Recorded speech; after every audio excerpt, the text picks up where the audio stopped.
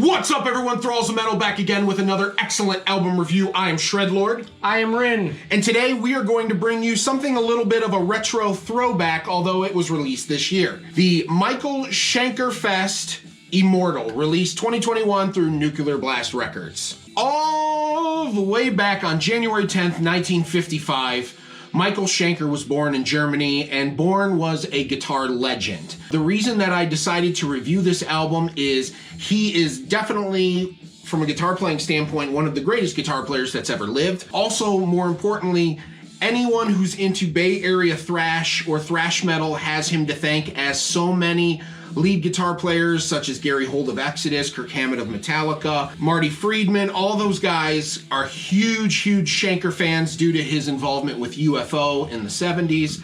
And yeah, he's a badass mother trucker. At the age of 15, he wrote his very first song called In Search of Peace of Mind. When he was 15, he also recorded that on a debut album from a very famous band you guys know or should know, the Scorpions. I'm a Scorpio.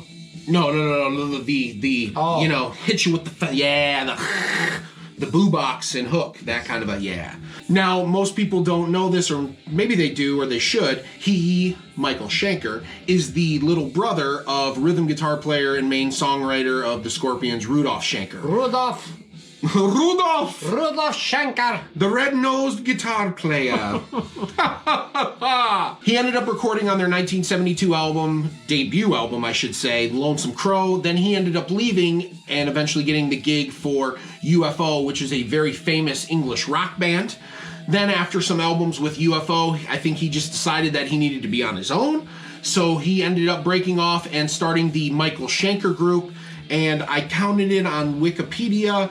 Total albums, live and everything, this man has over 66 album releases and is a virtuoso guitar player extraordinaire, one of the greatest to ever grace the strings. He likes to play. And he can play.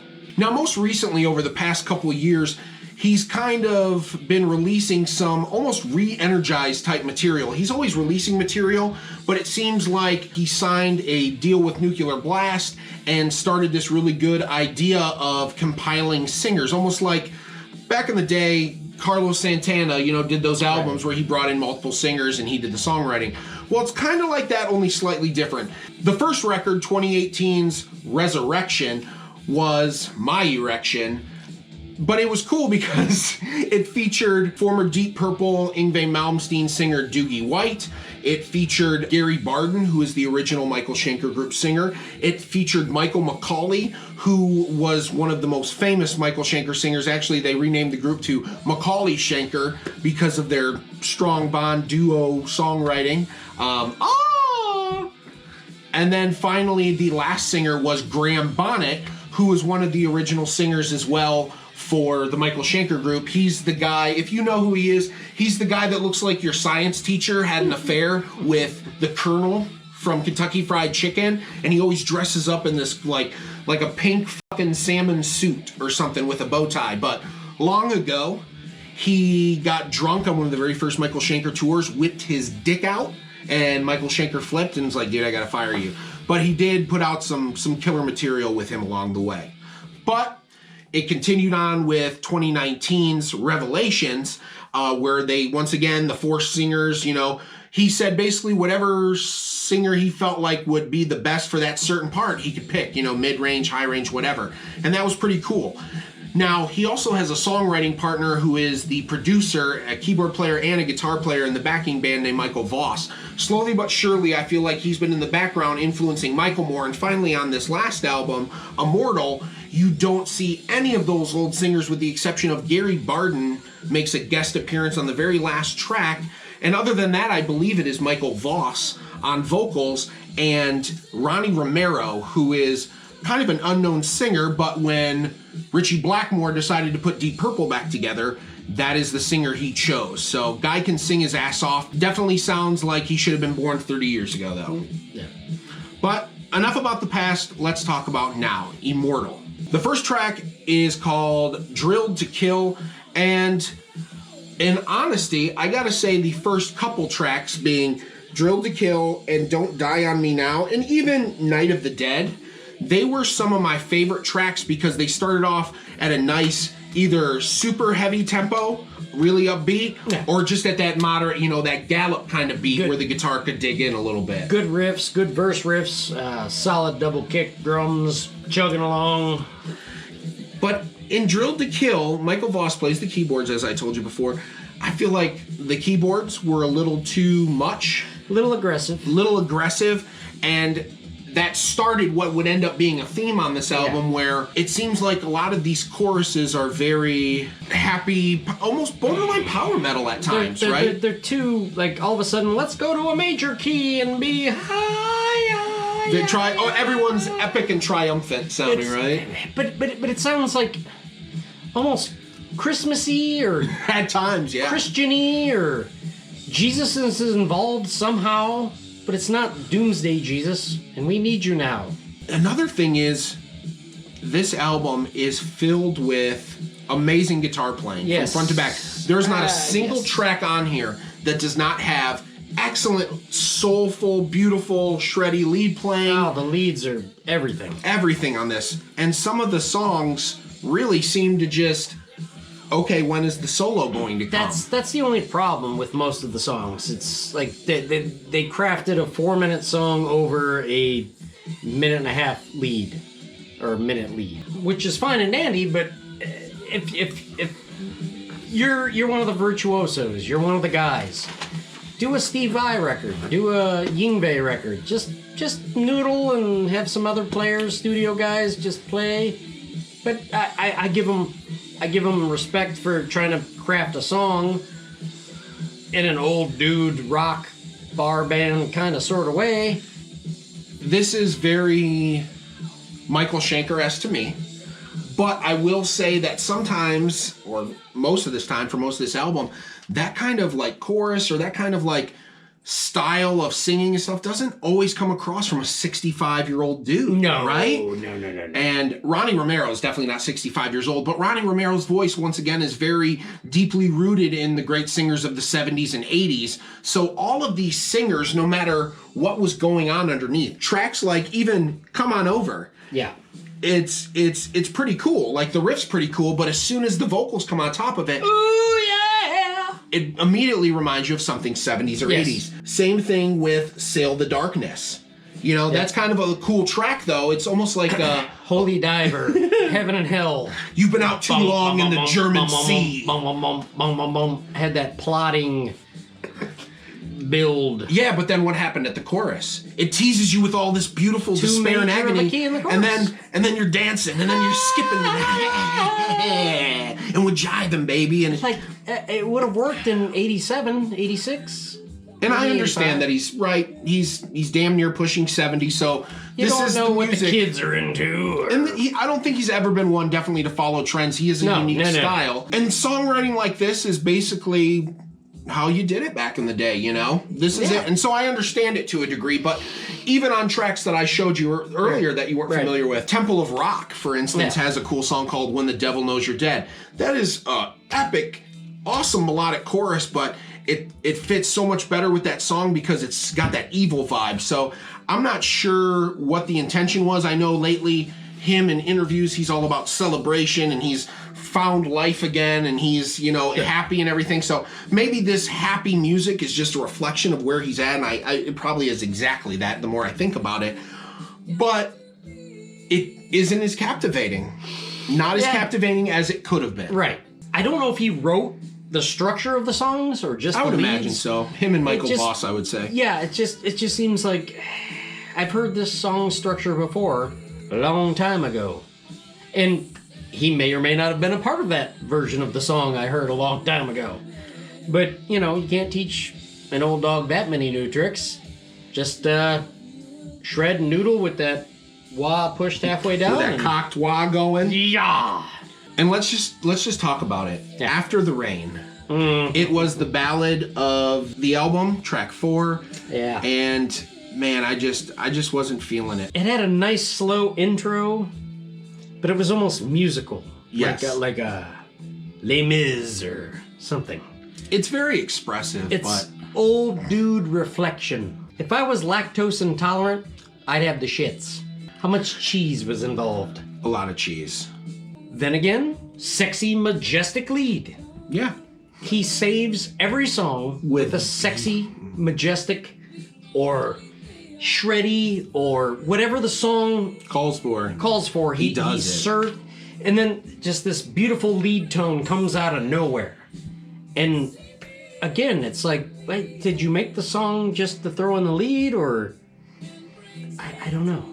I think when you get to 66 albums in a man's career, sure, and you don't have many influences, how many songs is that?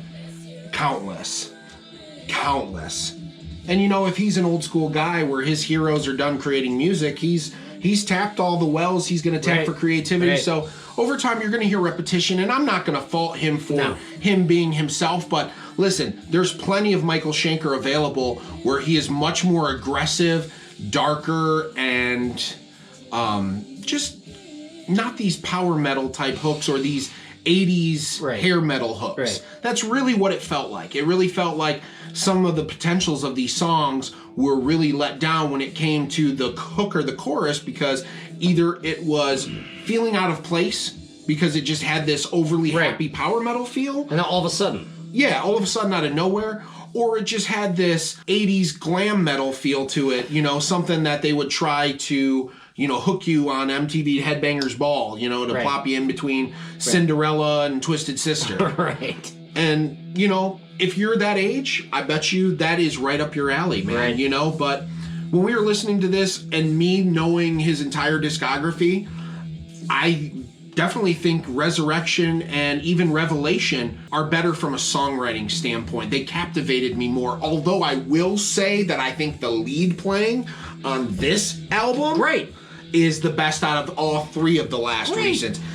If you're a guitar player who loves good guitar playing of any kind, you absolutely need to listen to the leads on this album, especially the one track we have not talked about yet, which is the very last track, In Search of Peace of Mind. This is a cover from that 1972 Lonesome Crow album by the Scorpions. This is a song he wrote when he was 15 years old, recorded it when he was 15 years old, and it's killer. It has a 70s progressive rock feel almost to it. Great chord progression. Good, sexy, clean tones.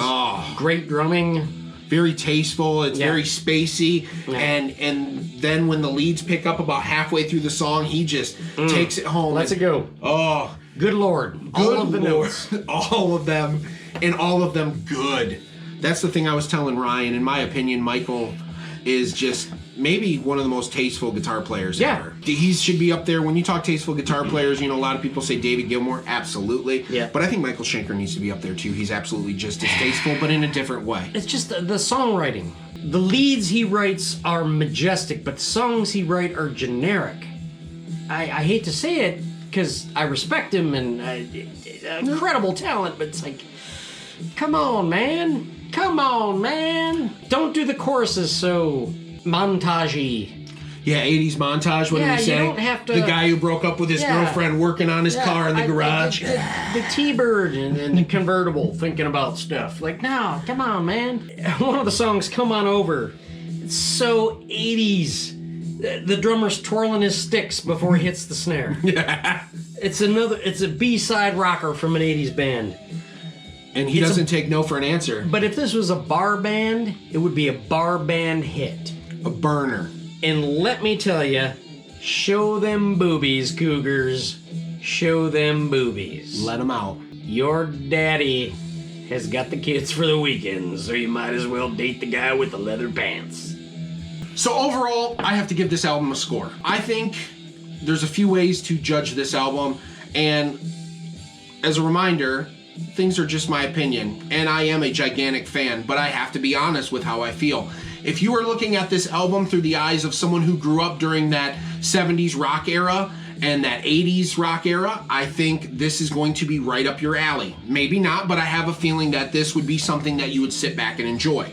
If you are a guitar player, I feel like this is an album that you could pick up and absolutely find plenty of great ideas, licks, phrasing, and plenty of things to go absolutely bonerific over.